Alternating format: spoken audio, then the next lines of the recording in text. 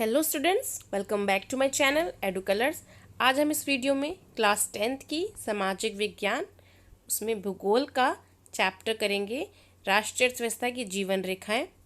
यहाँ ये भारतीय लिखा है, ये राष्ट्रीय अर्थव्यवस्था की जीवन रेखाएं होगा और ये वर्कशीट 41 है बेटा।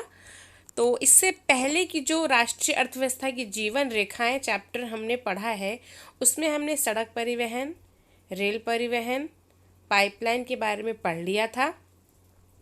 अब हम पढ़ेंगे वायु परिवहन के बारे में। तो वायु परिवहन जो है हम सब जानते हैं। तो वायु परिवहन यानी कि एरोप्लेन से जो हम ट्रैवल करते हैं उसकी बात हो रही है। तो ये इतना इम्पॉर्टेंट क्यों है आज की लाइफ में, लोगों के आज की लाइफस्टाइल में ये वायु परिवहन इतना इम्पॉर्टेंट क्यों है? लोग इसी से ज़्यादा जाना प्रेफर करते हैं। क्यों? हाँ, थोड़ा खर्चीला है लेकिन लोगों का समय बचता है, ठीक है ना। तो चलिए ये वीडियो जो है यहाँ पर पूरा शुरू करते हैं। तो उससे पहले अगर आपको मेरा जो चैनल है प्लीज़ इसको सब्सक्राइब कर दीजिए और साथ में लगे बेल आइकन को भी प्रेस कर दीजिए। अब चलिए वीडियो शुरू करते हैं। वायुयान यातायात का तीव्रतम किंतु महंगा साधन है। भारत जैसे विशाल तथा व्यापक जलवायविक विविधता वाले देशों में वायु परिवहन का महत्व काफ़ी बढ़ जाता है। यानी कि ये एक महंगा साधन है, यानी खर्चीला है, और भारत जो कि काफ़ी बड़ा है क्षेत्रफल की दृष्टि में, और यहाँ पर जलवायविक यानी कि यहाँ पर काफ़ी विविधता है। महासागर भी, इंडिया से बाहर आप जाएंगे तो महासागर भी है जो 3 ओर से पानी से घिरा हुआ है। तो इन सारी सिचुएशंस में वायु परिवहन का जो महत्व है वो ऑब्वियसली बढ़ जाता है। वायु परिवहन आंतरिक परिवहन के साथ दूसरे देशों के साथ संपर्क स्थापित करने की दृष्टि से भी काफ़ी महत्वपूर्ण है। यानी कि जो वायु परिवहन है वो सिर्फ भारत में जो घरेलू विमान है उसके अलावा जो बाहरी देश हैं उसके साथ भी संपर्क स्थापित करता है। यात्रा एवं माल परिवहन के अलावा देश की रक्षा के लिए भी वायु यातायात का विकास अति आवश्यक है। यानी कि हम जो माल है, यात्रा एवं जो माल है वो यहाँ से वहाँ नहीं करते। इसके अलावा देश की रक्षा के लिए भी ये जो वायु यातायात है वो एक अच्छा साधन है जिससे कि हम अपने देश की रक्षा कर सकते हैं। आपातकालीन स्थिति में वायु परिवहन की सुविधा महत्वपूर्ण भूमिका निभाती है।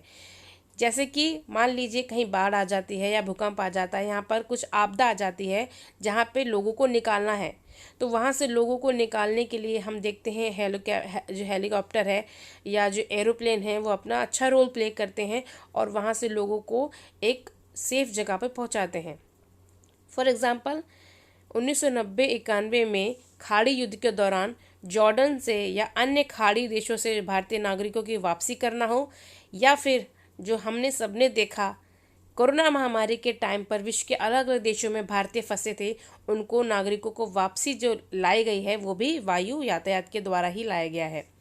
हिमालय के सुदूरवर्ती क्षेत्रों में सड़क एवं रेल सुविधा के अभाव के कारण वायु यातायात का ही सहारा लिया जाता है। वायु यातायात द्वारा डाक सामग्री भी तीव्रता से पहुंचाई जा सकती है।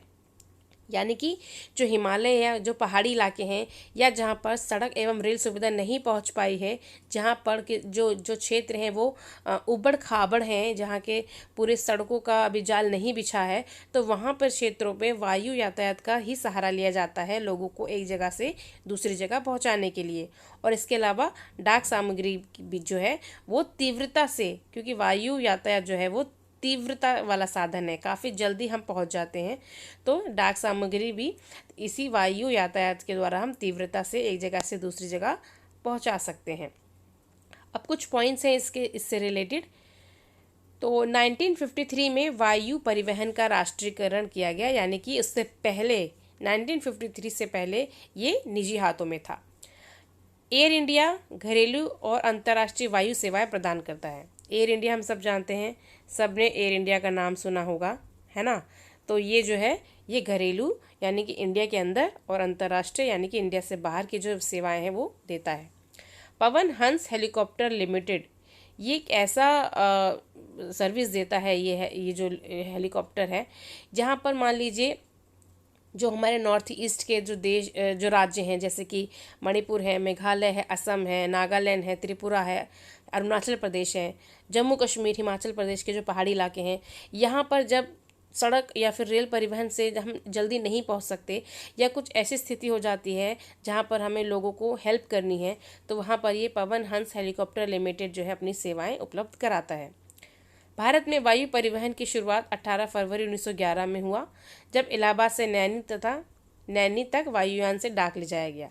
तो 1911 में 18 फरवरी 1911 में इलाहाबाद से नैनी तक पहली वायुयान सेवा ली गई, जिसमें डाक को पहुंचाया गया, और ये विश्व की पहली मेल सेवा थी। ठीक है। भारत के प्रमुख अंतर्राष्ट्रीय हवाई अड्डे, पहला छत्रपति शिवाजी हवाई अड्डा जो सांता क्रूज मुंबई में है। दूसरा इंदिरा गांधी अंतर्राष्ट्रीय हवाई अड्डा जो पालम में दिल्ली में है। तीसरा सुभाष चंद्र बोस हवाई अड्डा दमदम कोलकाता में है।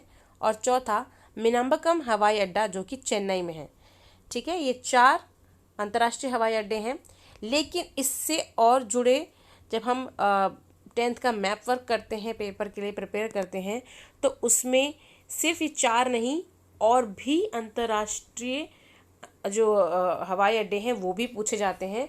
तो उसके ऊपर एक अलग से मैं वीडियो बनाऊंगी, और उसके ऊपर पूरा जो हवाई अड्डे हैं, अंतर्राष्ट्रीय हवाई अड्डे, वो और पूछे जाते हैं, और ये ज़रूर पूछे जाते हैं बोर्ड एग्ज़ाम के मैप में। अब यहाँ पर 4 क्वेश्चन हैं, चलिए इससे जुड़े आंसर देख लेते हैं।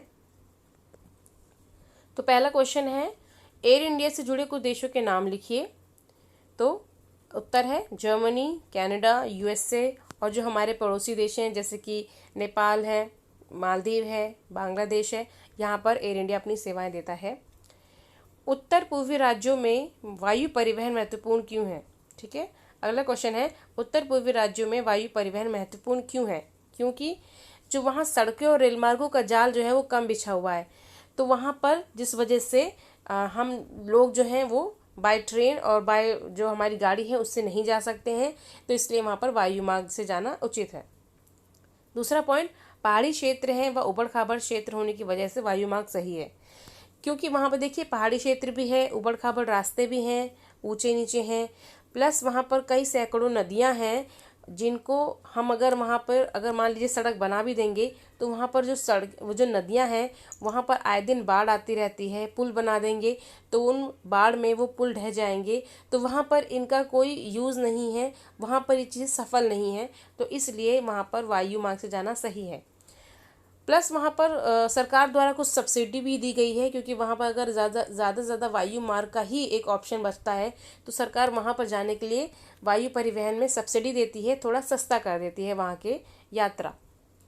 तीसरा पॉइंट है, वायु परिवहन का राष्ट्रीयकरण कब किया गया? तो उसका उत्तर है 1953। ठीक है, 1953। चौथा क्वेश्चन, आपातकालीन स्थिति में कौन सा परिवहन सबसे उपयुक्त है? तो इसका सीधा आंसर है वायु परिवहन जो है वो इसका सबसे सही उपयुक्त हमारा परिवहन है। ठीक है, तो बच्चों यहाँ पर ये मेरा वीडियो कंप्लीट होता है। अगर आपको मेरा ये वीडियो अच्छा लगता है तो कृपया इसे लाइक करें, शेयर करें अपने दोस्तों में, और ज़्यादा से ज़्यादा मेरे चैनल को सब्सक्राइब करें। नए व्यूवर्स मेरे चैनल को सब्सक्राइब करना ना भूलें, साथ में लगे बेल आइकन को भी प्रेस कर दें। And thanks for watching.